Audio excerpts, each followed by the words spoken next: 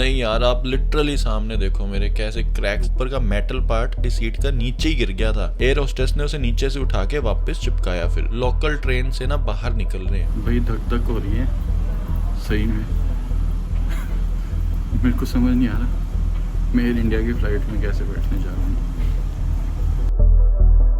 Apple store अपने iPhone air return करवाने आ गए हैं, बट मैं इधर क्या कर रहा हूँ? मैं रिटर्न क्यों करवा रहा हूँ? गाइस फाइनली अपना पीआर कार्ड आ चुका है। ऑलमोस्ट 5 इयर्स का वेट आज खत्म हो चुका है। हम पीआर कार्ड की बात क्यों कर रहे हैं? क्योंकि एयर इंडिया की स्टोरी यहीं से शुरू होती है। एक्साइटेड मैं इतना है।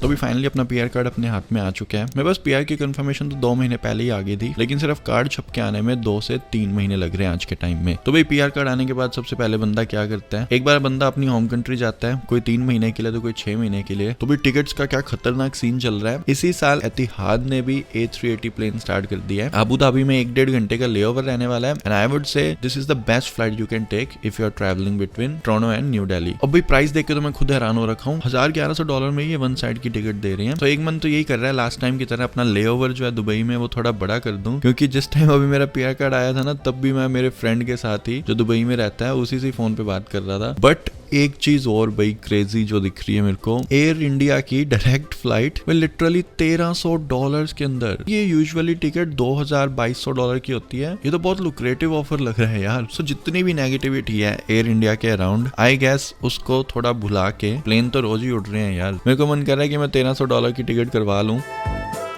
पर टिकट पे भाई अच्छे खासे पैसे लग चुके हैं, या फिर और भी लगेंगे। आगे इंडिया जा रहा हूँ तो पैसे कहाँ से बचाए जाएं? क्या करें इसका? भाई अगर अपने पर्सनली यूज के लिए बात करें, भाई फोन इनक्रेडिबल है। मैं लिटरली 1 मिनट के लिए भी ये फोन अपने हाथों से छोड़ नहीं पा रहा। जितना ये पतला है उस हिसाब से भाई इसकी स्ट्रेंथ भी बड़ी खतरनाक है। ये बैंड तो होता ही नहीं है। बट मैं इसको फोन को वापस देने का सोच रहा हूँ। उसके भी कुछ सॉलिड रीजंस हैं। मेरे को वीडियोस वगैरह शूट करनी रहती है। मैं इसके जितने भी थोड़े बहुत फ्लॉज थे ना, सब इग्नोर कर रहा था। बट ये एक बहुत बड़ा फ्लॉ है जो मैं डेली लाइफ में इग्नोर ही नहीं कर सकता। इस फोन के साथ आप देख सकते हो कि कितनी जूम्ड इन फोटो दिख रही है। मतलब इसमें व्यू ही नहीं आ पा रहा। मैं इतनी दूर बैठा हूँ फिर भी मेरे मुंह पे कैमरा चिपका रखा है इसने। कंटिन्यूटी कैमरा में ग्लिचेस बहुत आ रही हैं सिस्टम में। तो इसीलिए भाई अभी 14 प्रो ना आई थिंक थोड़ा टाइम और अपने चलाने वाले हैं। तो अभी रीसेट कर दिया है और इस पे वापस से ये it's time to let it go. Apple store आ गए अपना आईफोन एयर रिटर्न करवाने, और कुछ और स्टफ भी लेना था मॉल से, वो भी लेके चलते हैं।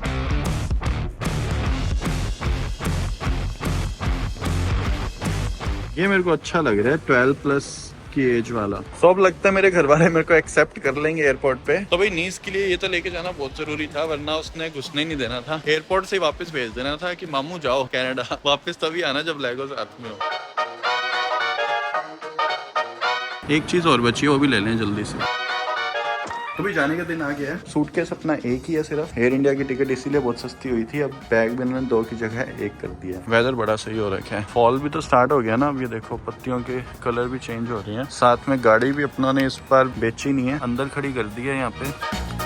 तो इंश्योरेंस आपको पता है आप पॉज करवा सकते हो, तो मैंने फायर एंड थेफ्ट करवा दी है। पिछले साल की तरह गाड़ी इस बार बेच के नहीं जा रहा।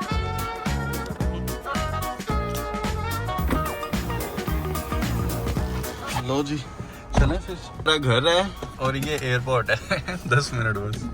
1 बजे हमारी फ्लाइट उड़ जाएगी, 10:30 बजे हम निकले घर से। जैसे जैसे एयरपोर्ट पास में आ रहा है ना, वैसे वैसे एयर इंडिया की सारी नेगेटिविटी भी माइंड में आ रही है। ओके एयरपोर्ट एंटर होते ही इन्होंने बड़ा वियर्ड सा फील करवाया। बाकी सब फ्लाइट्स के जहाँ पे डेस्क बने हुए थे एक बड़े ओपन एरिया में, वहां पे नहीं, एयर इंडिया वाले पैसेंजर्स को नीचे भेज दिया 3 फ्लोर एक कॉम्पैक्ट सी जगह में, कि वहां जाके आप अपने बैगेज जमा करा के आओ। तो लिटरली सबको ये फील आ रही थी उस टाइम कि क्या तुम इंडियंस को सेपरेट कर रहे हो क्या दूसरे क्राउड से। बाकी एयर इंडिया के बड़े प्लेन की स्टेल को देख के बहुत हॉरिफिक वीडियोस की क्लिप्स जो है वो याद आती हैं। एयर इंडिया के उस क्रैश के बाद पहली बार हो रहा है कि मैं एयर इंडिया में ट्रैवल कर रहा हूँ। होपफुली हमारा जो एक्सपीरियंस है वो सही रहे, सेफली हम इंडिया लैंड कर जाएं। और इनके जो दबा के बेइज्जती करी जा रही है कि इनके प्लेन बहुत डिस्गस्टिंग होते हैं, अंदर से चीजें टूटी फूटी होती हैं, स्क्रीन चल नहीं रही होती, हाइजीन मेंटेन नहीं होता। होपफुली हमें ये सब एक्सपीरियंस ना करना पड़े। भाई धक धक हो रही है सही में। मेरे को समझ नहीं आ रहा मैं एयर इंडिया की फ्लाइट में कैसे बैठने जा रहा हूँ। ढंग से उड़ी हो रहे।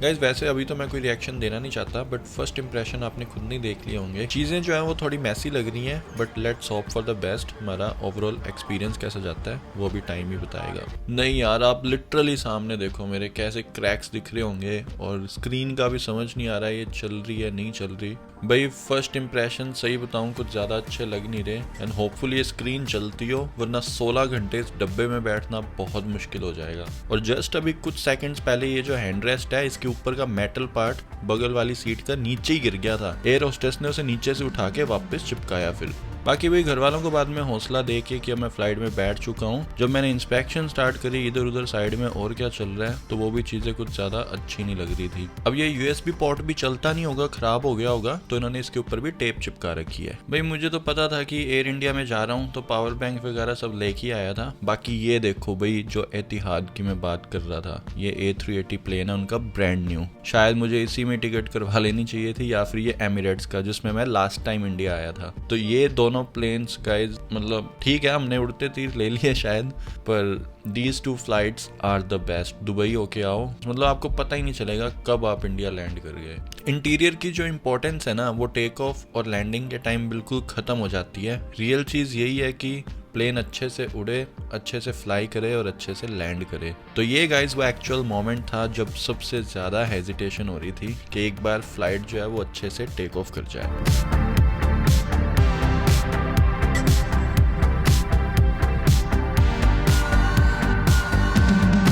और जो चीज़ सही है वहाँ पे हमें तारीफ भी करनी चाहिए।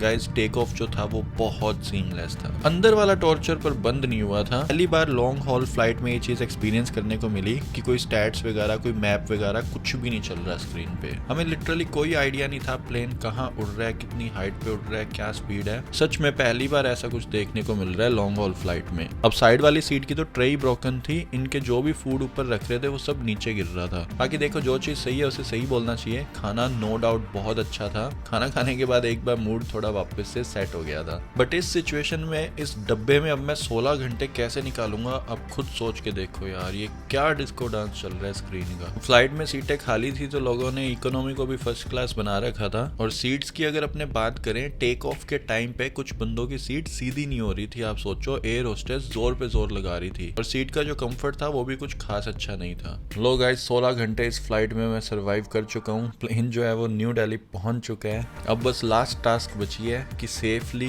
ये प्लेन जो है वो नीचे लैंड करा दें। बस ये 16 घंटे मेरी लाइफ के लिटरली 16 दिन की तरह निकले हैं। डर जरूर लग रहा था, पर लैंडिंग भी नो डाउट बहुत सीमलेस थी। बट स्क्रीन के रिफ्लेक्शन से आपको हाइजीन स्टैंडर्ड भी समझ आ रहे होंगे। जो आंटी जी बैठे थे उन्होंने एक बार भी स्क्रीन को टच नहीं किया, ये उनके बैठने के पहले से ही ऐसे ही थी। अब ये एयर इंडिया का क्या चक्कर चल रहा है, ये किसी को कुछ समझ नहीं आ रहा। इनके पास शायद पैसा भी है, रिसोर्सेज भी है, बट क्यों ये सारी चीजों पे ध्यान नहीं दे रहे। अब निकलते टाइम भी मेरे से कुछ क्लिप्स मिस हो गई, बट आप खुद देख सकते हो प्लेन के क्या हालात थे। लिटरली ऐसे लग रहा था कि किसी लोकल ट्रेन से ना बाहर निकल रहे हैं। अब कुछ लोगों का कहना है कि सिर्फ एयर इंडिया की ही गलती नहीं है। एयर इंडिया में ट्रैवल करने वाले जो पैसेंजर्स हैं, जो इंडियंस हैं, उनका भी सिविक सेंस जो है वो कुछ ज्यादा अच्छा नहीं है। तो इन दोनों में से एक्चुअल रीजन क्या है, आप सबको क्या लगता है, वो भी आप कमेंट सेक्शन में जरूर बताना। अपने अब चल के करते हैं इमिग्रेशन, और उसके बाद जाके अपनी फैमिली से मिले, अपने लाइफ का जो नया चैप्टर स्टार्ट करना है उसके बारे में सोचें। दुनिया में जहाँ मर्जी घूम लो, बट जो फीलिंग अपने देश वापस आके आती है वो वाइब शायद कहीं और आपको मिल ही नहीं सकती। एक अलग ही चेहरे पे वापस से खुशी आ जाती है, एक कॉन्फिडेंस आ जाता है कि हम अपनी जगह वापस आ चुके हैं। आप कितना ही बाहर जाके घुलने मिलने की ट्राई कर लो नए कल्चर में, बट एक कमी जो है वो आपको हमेशा फील होती रहेगी, जो आपको बार बार अपने देश वापस खींच के ले आया करेगी। और वापस आके बंदा एक चीज और रियलाइज करता है कि हम लाइफ में कितना आगे बढ़ चुके हैं, हम कहाँ से निकले हैं, कहाँ से हमने स्टार्ट किया, और आज जो हमारी जर्नी है वो कितनी चेंज हो चुकी है। शायद कभी हमने एक्सपेक्ट भी नहीं किया था कि हमारी किस्मत जो है वो हमें 5 साल या 10 साल बाद कहाँ ले जाएगी। सो हमें वो सारी बातें याद रखनी चाहिए, हमें उन सभी चीज़ों के लिए ग्रेटफुल रहना चाहिए।